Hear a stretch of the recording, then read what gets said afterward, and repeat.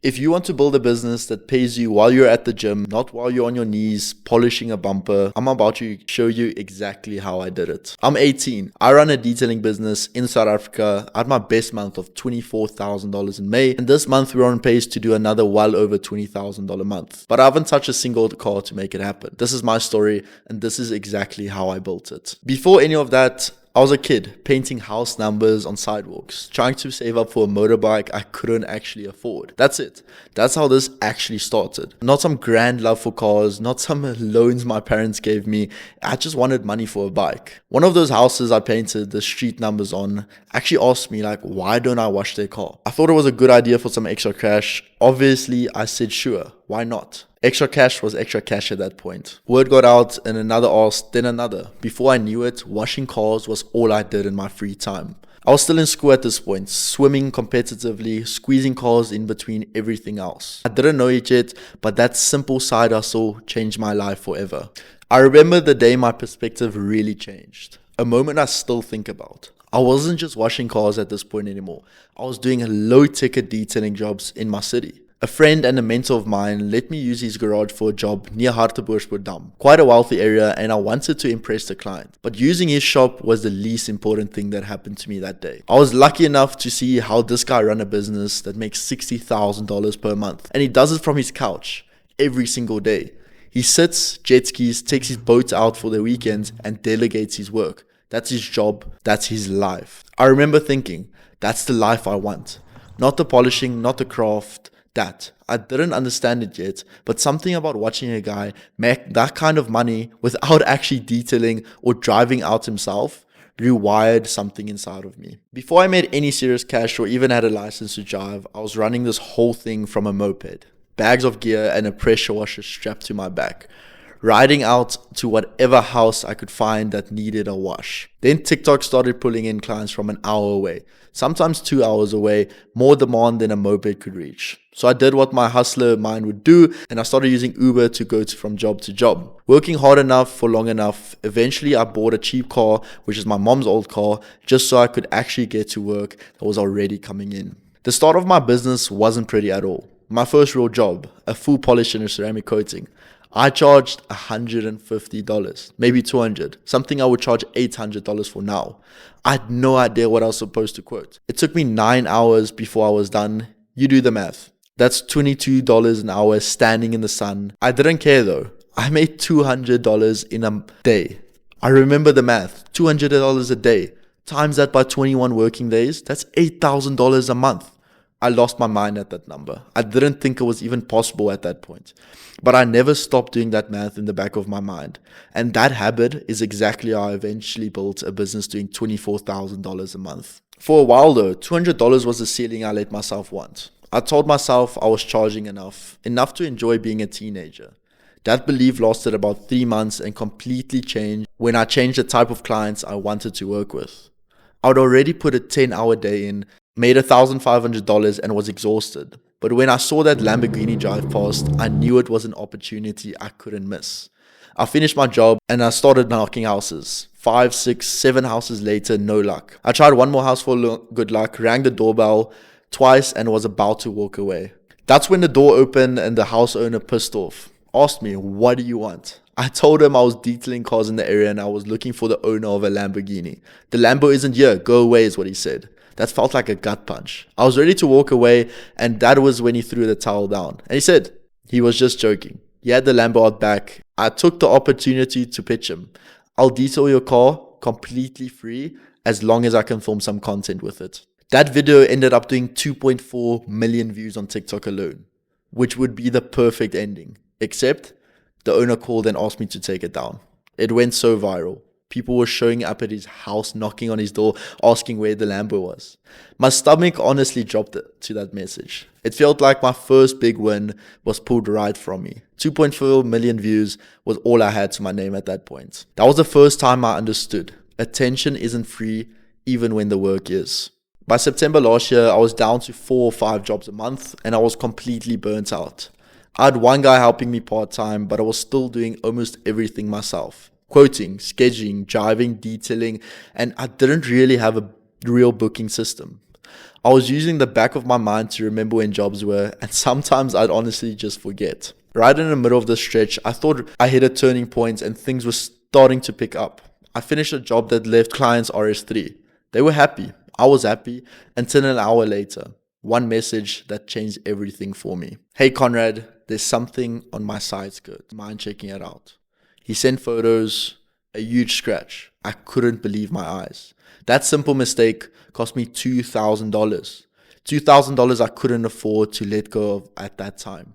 The client wanted an entirely new side skirt straight from Audi. And since one was getting replaced, both had to get replaced. I tried negotiating by sourcing a $500 carbon fiber parts from a different supplier, but he didn't budge. It was the first time I'd ever actually faced something like this, and it took everything out of me.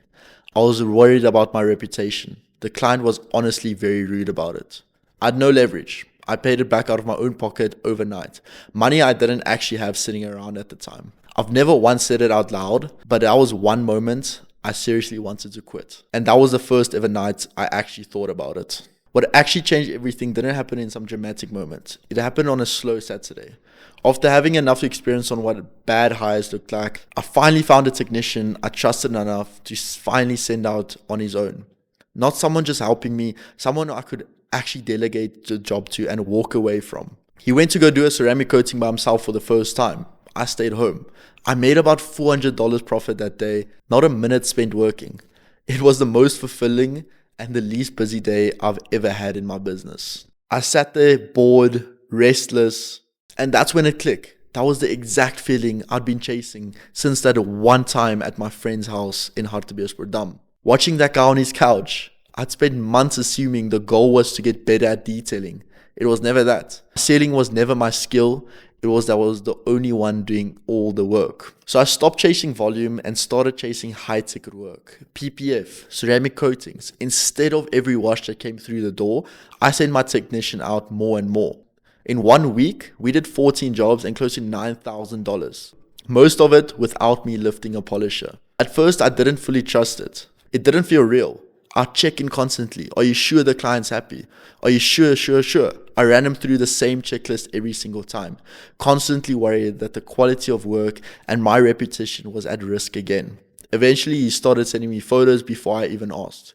Clients were always happy, and I finally realized this is what I've been chasing. And now I finally have time to grow my business instead of work in it. I used it to double down on marketing and systems. I invested $6,000 into my business, posted 1 to 2 videos daily, built out an entire marketing system that brought leads on autopilot. I used to be dead against paid ads. I actually told my mentor, in plain words, that I didn't believe in them, that SEO was all that mattered in detailing. I was wrong. Ads don't compete with organic reach, they feed it.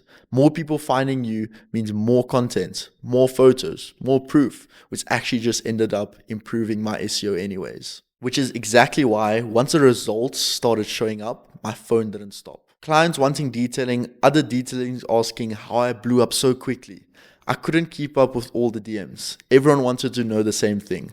How do you actually get clients? What's a content strategy? How do you charge so much? What did you do to hit $24,000 at 18 years old? So I started helping people for free before I ever had anything to sell, and it worked. I helped a guy in South Africa for completely free, from $500 a month to doing $1,000 days. I ran a small webinar for about 300 people, no charge. It's always been important for me to give it back. I don't want anyone to go through what I went through in the beginning. And if I had to give myself 3 pieces of advice when I started out, it would definitely be this. The first one is you don't have to love the craft to own the business. Most people in this industry think you have to love detailing to build a detailing business. I don't really, not anymore.